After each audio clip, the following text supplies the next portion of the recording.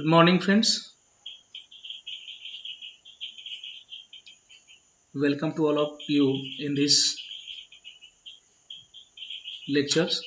Yesterday we have discussed about the topic about the syllabus and the nature of the question paper of BCom second year semester 4 subject of the corporate accounting. And now we are going to start the syllabus, actual syllabus of this subject. Uh, First of all, with the introductions of first topic, and the topic is issue and forfeiture of shares. This is the some part of that topic. uh, so shall we going to start? नमस्कार मित्रांनो, आपण या video लेक्चर्समध्ये आपलं पुनश्च एकदा या ठिकाणी स्वागत आहे. आपण कॉर्पोरेट अकाउंटिंग या विषयाचा जो पहिला टॉपिक आहे, पहिला चॅप्टर आहे इश्यू अँड फॉर्फिचर ऑफ शेअर्स, त्याचं इंट्रोडक्शन्स आणि त्याच्यामधील काही महत्त्वाच्या कन्सेप्ट या ठिकाणी बघणार आहोत. So we are going to start and discuss some important terms which is related to our topic and which is going to easy for understanding the whole topic, and that is the needed to it is needed to uh, initially stage the clarification of some concepts which is helpful for solving the problems in later on. So first concept is, what is a company? Company means what? So as you know, the company is a body corporate is a wider than term of uh, other other organizations like the partnership firms and sole trader firms likewise. So what are the main characteristics of that company? The company is a voluntary and autonomous association.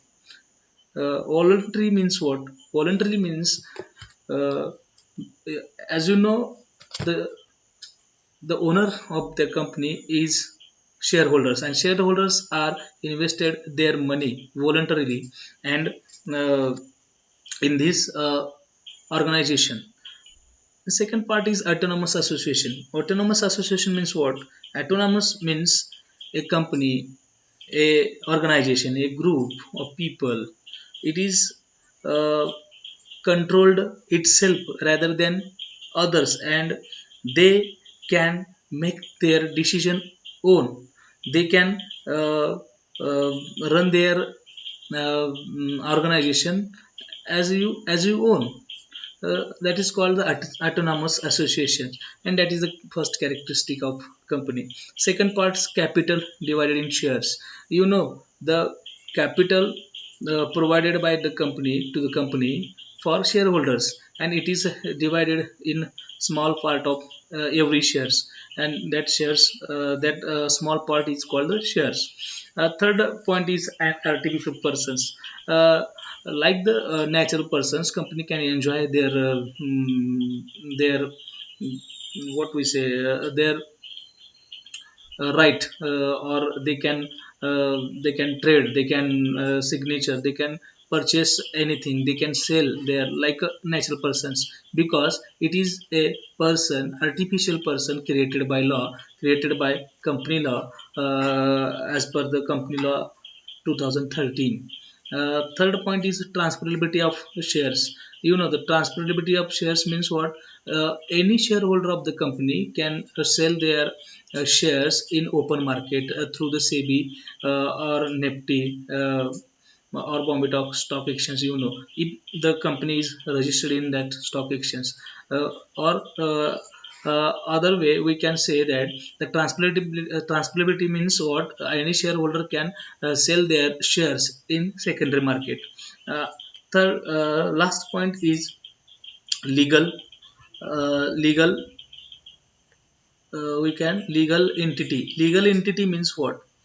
Legal entity means what? They can enjoy their status, uh, or it is its nature is different from its shareholders. Means they are different from their shareholders, they can acquire any assets, any property in uh,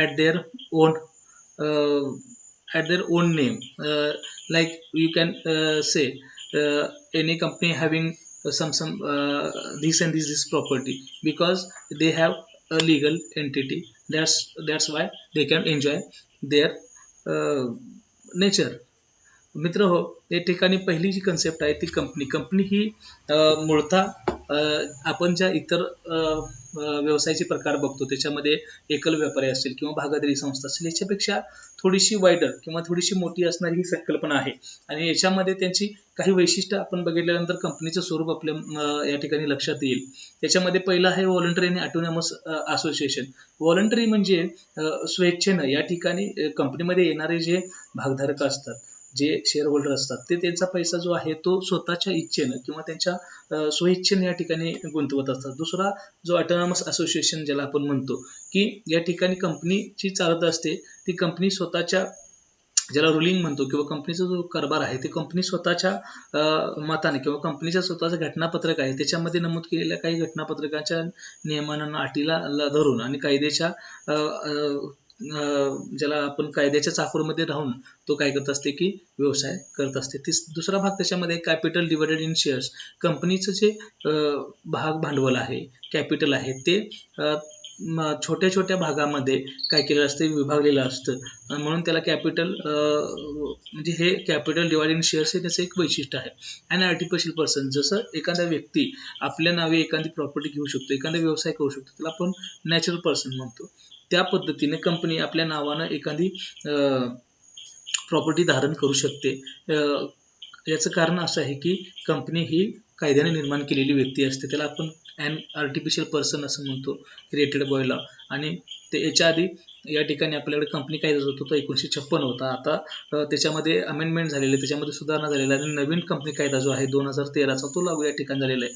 आणि त्या नवीन कायद्याप्रमाणे company काय आहे की artificial person आहे. ट्रान्सफरेबिलिटी of shares म्हणजे भाग हस्तांतरण, ज्याला आपण मराठीमध्ये म्हणतो. भाग हस्तांतरणाचा जो सर्वात मोठं वैशिष्ट्य आहे की इतर व्यवसाय प्रकारामध्ये आपण बघू शकतो की भाग हस्तांतरण केल्यानंतर त्या कंपनीचं अस्तित्व, त्या व्यवसाय प्रकारचं अस्तित्व संपतं, पण कंपनीच्या बाबतीमध्ये ते होत नाहीये. भाग हस्तांतरण तुम्ही करू शकता एखादा शेअर होल्डर्स सेकंडरी मार्केटमध्ये, किंवा ज्याला आपण सेबी वगैरे म्हणतो, निफ्टी आणि बॉम्बे स्टॉक एक्सचेंज वगैरे आहे, तर त्याच्यामध्ये जर ही कंपनी लिस्टेड असेल, रजिस्टर्ड असेल, नोंदणीकृत असेल, तर तो भागधारक त्याच्या थ्रू त्या भागाची विक्री सहजगत्या करू शकतो आणि आपलं गुंतवलेलं भांडवल या ठिकाणी काढून घेऊ शकतो. शेवटचा भाग मी तुम्हाला सांगितला, लिगल एंटिटी. कायद्यानं कंपनीला त्याचं जे अस्तित्व आहे ते त्याच्या भागधारकांपेक्षा वेगळं असं दाखवलेलं आहे.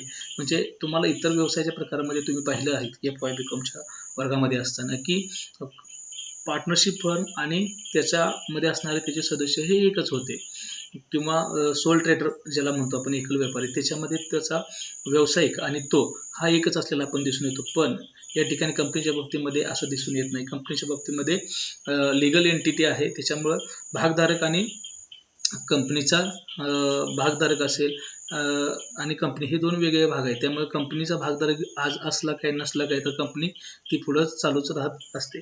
तर पुढचा भाग आहे then we see the concept of share capital. Here I am noting the definition of that share capital. Capital means particular sum of money invested in the business to earn revenue. It is divided in shares having specific value and is issued to natural persons or artificial persons or both. That divided shares are called as share capital. Share capital means what?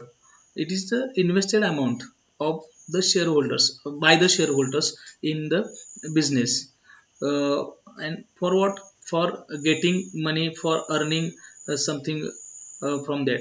म्हणजे share capital म्हणजे आपण त्याला असं म्हणतो की ही एक amount असते किंवा ही रक्कम असते की जी आपण कंपनीमध्ये गुंतवतो आणि ती थोड्या थोड्या भागामध्ये आपण या ठिकाणी गुंतवण्याचं काम करत असतो.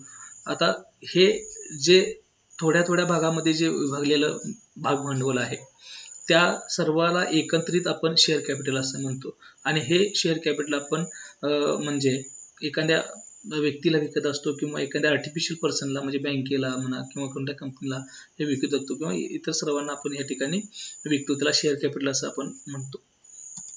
त्याच्यानंतर classification of share capital. Here we see the classification of share capital. First is authorized capital.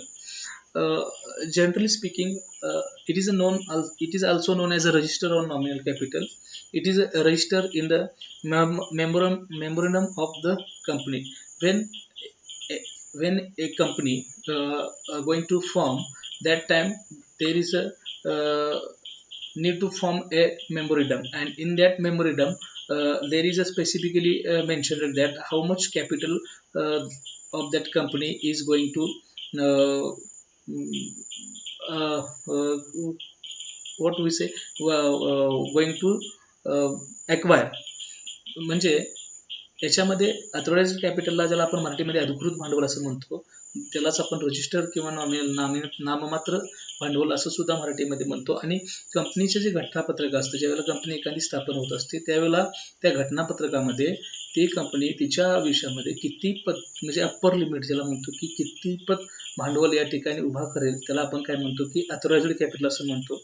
दुसरा त्याच्यामधला भाग असा आहे की issued. Second part is issued capital. Some part of the authorized capital. Suppose the authorized capital is 5 lakh 5 lakh shares of 10 rupees each. Means what? म्हणजे 5 लाखाचे shares आहेत 10 रुपये प्रमाणे, तर त्याचं एकंदरीत कॅपिटल जे आहे ते 50 लाख रुपये झालं. तर ते 50 लाख म्हणजे त्याचं अथॉराइज्ड कॅपिटल झालं. कंपनी ज्यावेळेला इश्यू करते किंवा विक्रीस काढलेलं, ज्याला इश्यूड कॅपिटल ज्याला म्हणतो आपण, विक्रीस काढलेलं भांडवल, ते सर्वच्या सर्व भांडवल काही कंपनी विक्रीस काढत नाही. त्यातील समजा निम्म कॅपिटल म्हणजे 2,50,000 शेअर्स ऑफ ₹10 इच, म्हणजे 10 रुपये प्रमाणाचे 2.5 लाख शेअर्स जर कंपनीने विक्रीस काढले तर त्याला आपण इश्यूड कॅपिटल असं म्हणतो, म्हणजे त्याला विक्रीस काढलेलं भांडवल म्हणतो. आणि हे विक्रीस काढलेलं भांडवल हे कोणाला काढते, तर कंपनी काय करत असते की न्यूजपेपरमध्ये, वर्तमानपत्रामध्ये जाहिरात देऊन ते भांडवल ओपन मार्केटमध्ये विकत असते आणि लोकांना त्याचे भाग विक्रीत घेण्याचं आवाहन या ठिकाणी करत असते. आता हे करत असताना पुढचा पार्ट जो आला आहे subscribed capital. Subscribed capital means what? It is that the part of that issued capital which has been subscribed by the public. Subscribed by the public means what? Actually purchased by the public, and how much capital is purchased by company, some part of that capital or amount of that capital paid to the company, that is called the subscribed capital. म्हणजे काय तर जेवढा आपण भाग भांडवल विक्रीस काढलेला आहे त्या भाग भांडवलापैकी जेवढा त्यातला जो भाग आहे ते कॅपिटल काय केलं जातं की कंपनीचे जे शेअर होल्डर आहेत, विकत घेणारे, त्यांनी पैशाच्या स्वरूपात जे भांडवल दिलेलं असतं. म्हणजे काय तर 2.5 लाख शेअर्स 10 रुपये प्रमाण असं मी तुम्हाला सांगितलं की कंपनीने काय केलं की विक्रीस काढलेलं आहे. आता याच्यामध्ये असं होतं की 2.5 लाखाचं भांडवल विकत काढलं असताना कंपनी सगळंच भांडवल काही घेत नाही. त्यातले 2.5 लाख विक्रीस काढले असताना काही लोक जे घेणारे असतात ते 2.5 लाखाच्या ऐवजी काही वेळेला 3 लाख लोक सुद्धा शेअर्सला ऍप्लिकेशन करू शकतील किंवा मागणी करू शकतील. 2.5 पैकी 2 लाख सुद्धा घेऊ शकतील. म्हणजे ऍक्च्युली मार्केटमध्ये आपण 2.5 लाखाला विकायला बसलेलो आहे, पण 2.5 लाखच्या 2.5 लाख शेअर्स आपले खपले जातील असं नाही. काही वेळेला 2 लाख खपले जातील, काही वेळेला 2.5 लाखाला 3 लाख लोकांच्याकडून मागणी येऊ शकते. अशा पद्धतीनं मार्केटमध्ये सिच्युएशन असू शकते. म्हणजे 2.5 लाख काढले म्हणजे 2.5 लाखच लोक घेतील असं कधी होणार नाही. जेवढे लोक आपलं भाग भांडवल घ्यायला इच्छुक आहेत घेतील, तर त्याला शेअर घेतील, त्याला आपण सबस्क्राइब्ड कॅपिटल असं म्हणणार आहे. आता समजा की 2.5 लाख भांडवल आपण विक्रीस काढलेलं आहे आणि त्याला 2.5 लाखामध्ये 3 लाख लोकांनी आम्हाला शेअर पाहिजेत किंवा शेअर्स आम्ही खरेदी करू इच्छितो म्हणून जर आपल्याकडे अर्ज केलेत, तर त्यापैकी आपण 10 रुपये एका शेअरची किंमत आहे, म्हणजे 2.5 लाखावरती 10 रुपये म्हणजे आपण 25 लाख भांडवल आपण गोळा करू शकतो. तर बऱ्याच वेळेला कंपनी काय करते की हे सगळं भांडवल एकत्र किंवा एका वेळेला सगळे पैसे मागवत नसते. कंपनीला जशी गरज आहे, ज्या पद्धतीनं कंपनीला गरज असते तेवढेच पैसा कंपनी काय करत असते, मागवत असते. त्याला आपण कॉल्ड अप कॅपिटल म्हणतो. आता हे कॉल्ड अप कॅपिटल कंपनी काय करत असते, त्याला generally speaking it is a part of that subscribe capital which has been demanded by the company from subscriber or from share holders. म्हणजे जेवढा शेअर होल्डर्सकडून जेवढं भांडवल या ठिकाणी कंपनीनं मागवलेलं आहे त्याला आपण काय म्हणतो की कॉल्ड अप कॅपिटल. आता 10 रुपयेपैकी कंपनी काय करू शकते की ॲप्लिकेशन बरोबर 2 रुपये मागू शकते. त्यानंतर अलॉटमेंट ज्याला म्हणतो की ॲक्च्युली ज्यावेळेला त्या शेअर होल्डरला आपण पैसे देणार आहे त्याच्यामध्ये पार्ट असतात, एक ॲप्लिकेशन, दुसरा अलॉटमेंट, त्यानंतर पहिला फर्स्ट कॉल, सेकंड कॉल, म्हणजे पहिला हप्ता, दुसरा हप्ता, अशा टप्प्याटप्प्यानं कंपनी ते 10 रुपये घेत असते. मग समजा की 2 रुपये ॲप्लिकेशन बरोबर मागवले असतील तर 2 रुपये गुणिले 2.5 लाख म्हणजे जे काय अमाऊंट होईल 5 लाख ते ॲप्लिकेशन बरोबर कंपनी मागवेल. त्याच्यानंतरचा सेकंड पार्टवर थोडं थोडं मागवेल. या टप्प्यानं आपण कॉल्ड अप कॅपिटल म्हणतो. याला आपण म्हणतो कॉल्ड अप कॅपिटल. दुसरा पार्ट जो आहे पुढचा next part, paid up capital. It is the part of capital which is called up by the company and not only called up, it is actually paid by the shareholders. It means what? When uh, uh, company demanded some amount, suppose 25 suppose 3 lakh shareholders applied for our shares and company called uh, as per the 2 rupees from 3 lakh shares. That time what that situation or that capital is called up capital. म्हणजे की बऱ्याच वेळेला असं होतं की company काय करते की एकंदरीत जेवढ्या भागभांडवलावरती पैसे मागवते, समजा मी मगाशी म्हटलं की आपले 2.5 लाख शेअर्स आपण विकाय काढलेत आणि त्याला 3 लाख ॲप्लिकेशन्स आलेत, तर कंपनी काय करणार की 3 लाख ॲप्लिकंट्सना काय म्हणणार की 2 रुपये प्रमाणे तुम्ही ॲप्लिकेशन मनी आम्हाला द्या.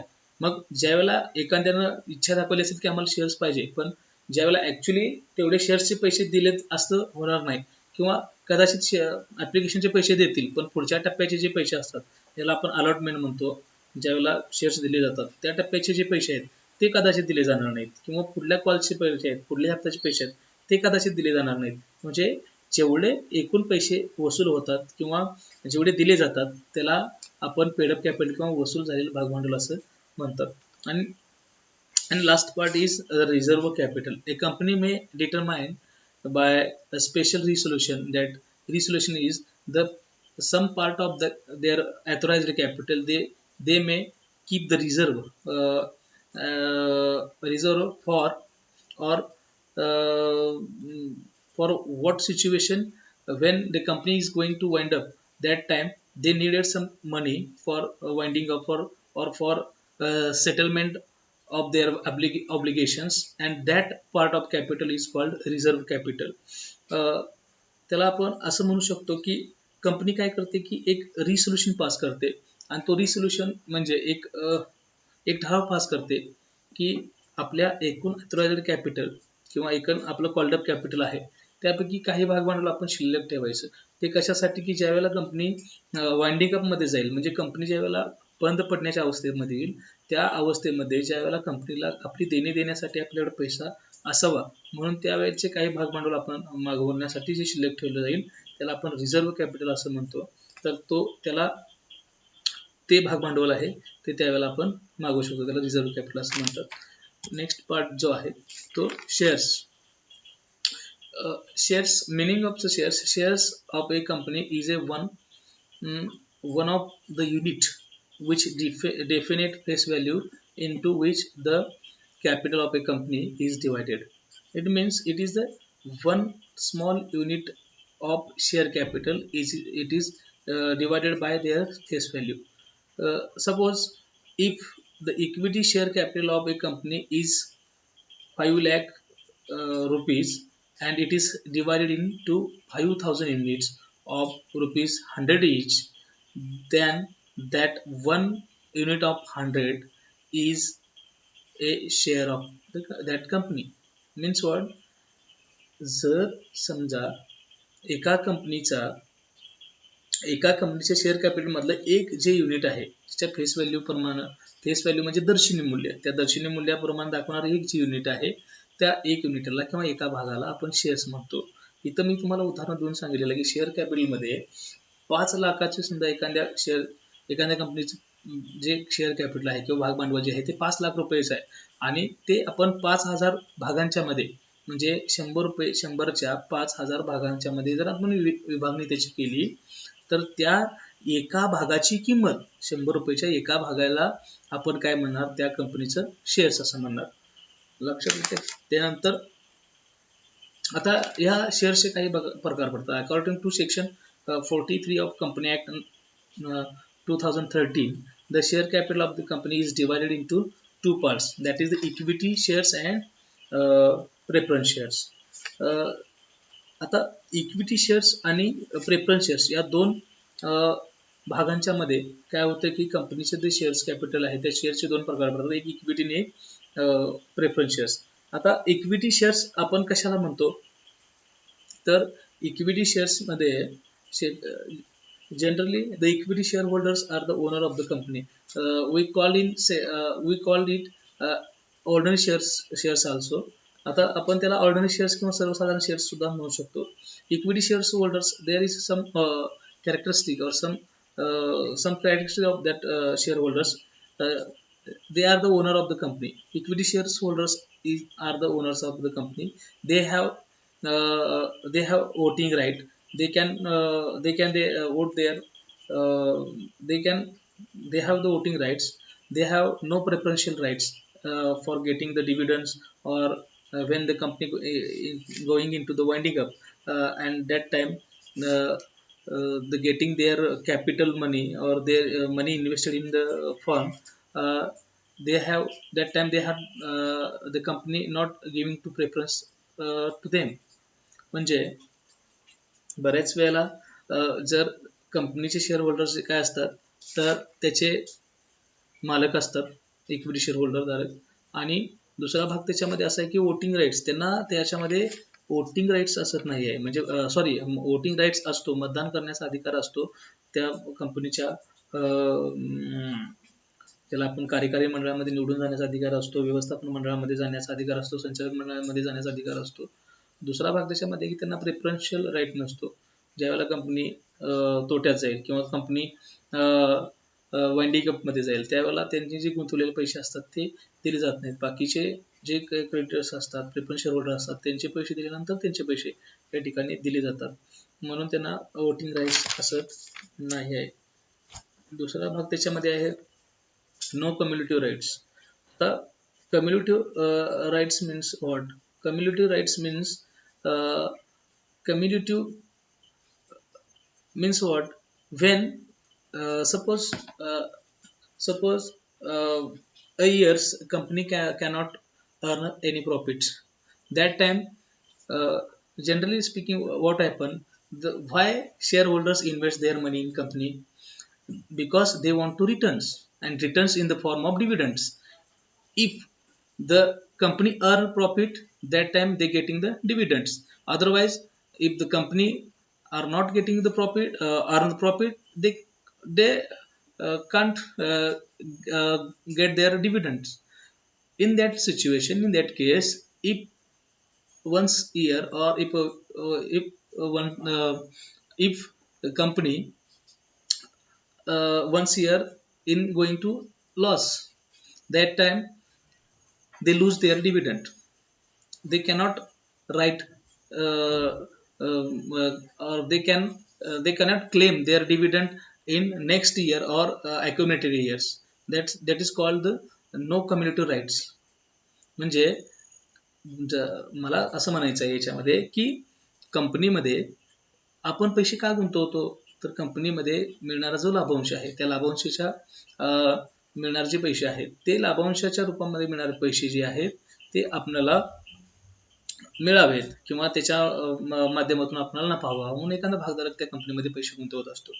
पण नफा झाला तर लाभांश मिळणार आहे, एखाद्या वर्षी नफा झाला नाही तर त्याला लाभांश मिळणार नाही. मग त्या वर्षीचा लाभांश बुडणार का, तर पुढच्या वर्षी ज्या वेळेला नफा होईल त्यावेळेला मागच्या वर्षीचा लाभांश द्या, अशा पद्धतीचा क्लेम या ठिकाणी इक्विटी शेअर होल्डर्सना करता येत नाही, त्याला नो कम्युनिटिव्ह राईट्स असं म्हटलेलं आहे. त्यानंतर no repayment of capital. Repayment of कॅपिटलमध्ये असं म्हटलेलं आहे की ज्या वेळेला कंपनी वाढीमध्ये जाईल त्यावेळेला जे कॅपिटलचं रिपेमेंट आहे, सॉरी, रिपेमेंट जे आहे शेअर इक्विटी शेअर होल्डर्सचं, ते त्याच्या होल लाईफमध्ये कधीही केलं जात नाही. ज्या वेळेला कंपनी बंद पडेल त्यावेळेला किंवा त्या कंपनीमधून त्या भागधारकाला बाहेर पडायचं असेल त्याच वेळेला त्याचा कॅपिटल रिपेमेंट केलं जातं. Second part is preference shares. The preference shares holders, those are enjoying the preferential right to getting the dividends to at the fixed rate or repayment of the capital at the time of liquidations over the equity shares, that they called the preference shareholders or preference shares. म्हणजे ज्यांना preferential right असतो त्यांना अग्रहक्कानं त्याचे पैसे मिळले जातात. म्हणजे ज्या वेळेला डिव्हिडंड जो आहे तो अग्रहक्काने दिला जातो, त्याला अग्रहक्काचे भाग म्हणतात मराठीमध्ये. अग्रहक्काने दिला जातो किंवा ज्या वेळेला कंपनी लिक्विडेशन्समध्ये जाईल त्यावेळेला कंपनी ज्या वेळेला बंद पडेल त्यावेळेला त्याच्यामध्ये गुंतवलेले पैसे आहेत तो मिळण्याचा अधिकार जो आहे तो अग्रहक्काने असतो, सगळ्यात पहिल्यांदा असतो, त्याला प्रेफरन्स शेअर होल्डर्स म्हणतात. They have no voting rights, त्यांना या ठिकाणी मतदान करण्याचा अधिकार असणार नाही. They have cumulative rights. Once suppose the preference shareholders who have the right to receive dividend of the year when the company not earn the profit or sufficient profit as an arrears are called cumulative preference shares. It means the company does not earn the profit, uh, does not earn profit uh, or adequate profit to next year. They shareholders uh, can accumulate or can get their profit uh, from next profit of the next year. म्हणजे की एखाद्या वर्षी जर समजा कंपनीला profit झालं नाही तर पुढच्या वर्षी राहिलेल्या प्रॉफिटमध्ये ज्याला आपण संचित नफा म्हणतो, संचित डिव्हिडंड म्हणतो, संचित लाभांश म्हणतो, तो मिळवण्याचा अधिकार ह्या प्रेफरन्स शेअर होल्डर्सना असतो. आता रिपेमेंट्स मग असेच मी म्हटलं की त्यांना जे भाग भांडवल आहे गुंतवलेलं ते कंपनीच्या लाईफमध्येच त्यांना रिपेमेंट केलं जातं किंवा त्यांना परत केलं जातं. त्याच्यानंतरचा भाग जो आहे तो आहे classification of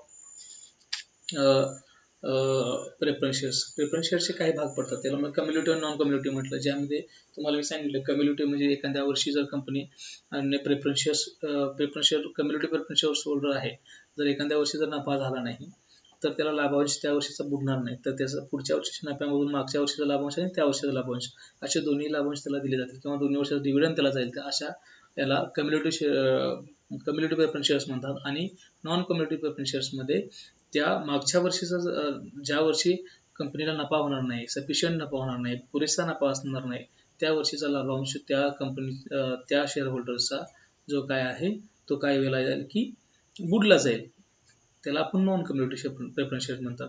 redeemable preference shares आणि non redeemable preference shares. Redeemable preference shares are those the capital of which the redeemed by the company after a specific period of time which is declared at the time of issued and mentioned on the share certificate itself.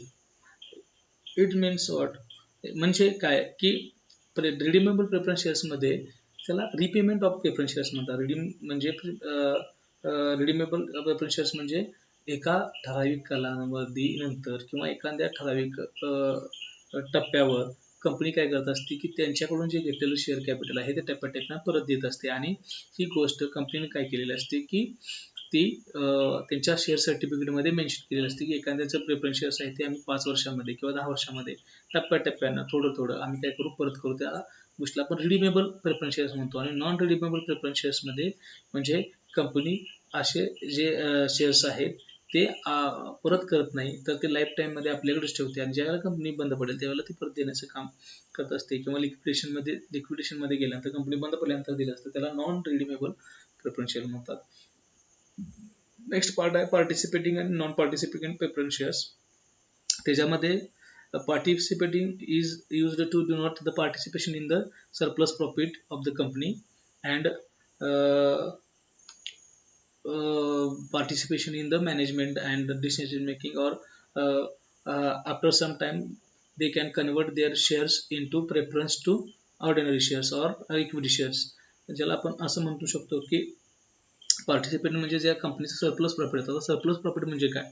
जर कंपनीला profit झालेला आहे, त्या कंपनीच्या प्रॉफिटमधून ज्या वेळेला preference share होल्डरचा जो काय डिव्हिडंड असतो तो देऊन किंवा इतर ज्या गोष्टी असतात त्या देऊन ज्याला जो प्रॉफिट राहतो सगळ्या गोष्टी भागवून किंवा बाकीच्या सगळ्या इन्कम टॅक्स वगैरे वगैरे देऊन त्याला सरप्लस प्रॉफिट म्हणतो. आणि तो राहिलेला जो नफा असतो त्या नफ्यामध्ये सुद्धा पुन्हा लाभांश मिळवण्याचा अधिकार किंवा त्याच्यामध्ये पार्टिसिपेशन सहभागी होण्याचा अधिकार ज्या शेअर होल्डर्सना असतो अग्रहक्काच्या, त्याला आपण काय म्हणतो पार्टिसिपेशन. दुसरा भाग त्याच्यामध्ये आहे की असे शेअर्स होल्डर त्या मॅनेजमेंटमध्ये किंवा नंतर ते प्रेफरन्स शेअर जे आहेत ते पुढं इक्विटी शेअर्समध्ये कन्वर्ट केले जातात, ऑर्डिनरी शेअर्समध्ये कन्वर्ट केले जातात.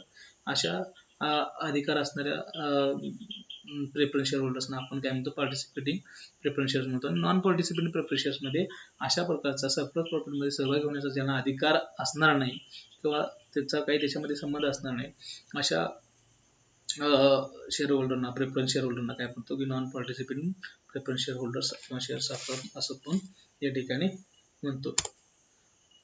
तर ह्या काही महत्त्वाच्या कन्सेप्ट्स होत्या या लेक्चर्समध्ये. तर पुढच्या लेक्चर्समध्ये ज्या वेळेला आपण काही महत्त्वाच्या कन्सेप्ट बघणार आहोत, सगळ्याच कन्सेप्ट या ठिकाणी एका ठिकाणी सांगणं उचित होणार नाही. तर बाकीचा राहिलेला जो भाग आहे तो आपण पुढच्या लेक्चरमध्ये. धन्यवाद.